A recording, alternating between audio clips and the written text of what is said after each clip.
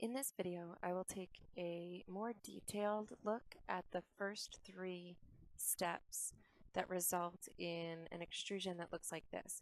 Now, there are certainly multiple ways to make this part.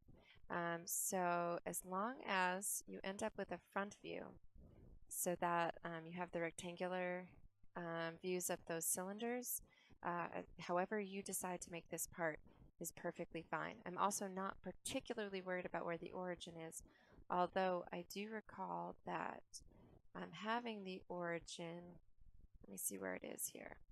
So having the origin right in the center of the part ended up being convenient at later steps. So if you were to put your origin so that it was directly in the middle, let me show you from a right view as well, so it's truly in the center of this part, that might serve you well in finishing the part.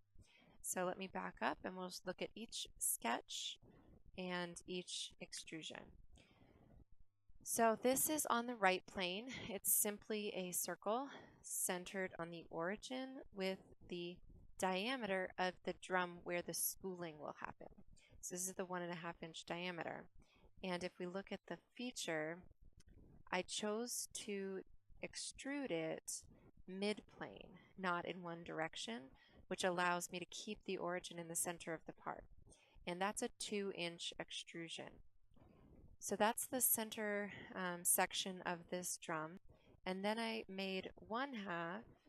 If we look at the sketch, I simply came to this side of the part and made a 2-inch circle concentric with the first. And I completed an extrude. In this sense, I had to do it in one direction, the 1/8 of an inch of the thickness. And then the third step here was to sketch a circle, on the other end of the part. So I started a sketch on this edge, and that is, I didn't even sketch a new circle. I simply, and you know what, I'll take this out and show you one more time. So I simply selected the back circle and converted entities. So why would I do that instead of drawing a circle and dimensioning it? This connects the two features. So if I change the geometry of the first, it updates the geometry of the second. So this is what we call adding design intent to our sketches, and it usually makes for a better final part. I am going to discard that change because I'm not sure how it will affect my features, but that is how I made that sketch.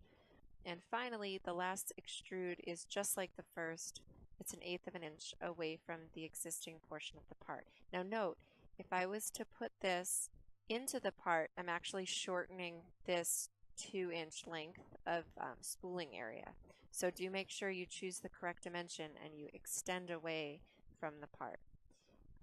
And so that is how you can put together the basic geometry, and this is the very first step for you to make on the lathe. So for machining purposes, you'll rough cut to, actually I'm not sure if you'll rough cut, but you will certainly turn down this whole length, this 1.5 inch length in the lathe. You'll do rough cuts and a final pass to make a nice smooth finish. And so this will all be turned down on the lathe. So that concludes this initial video about the drum.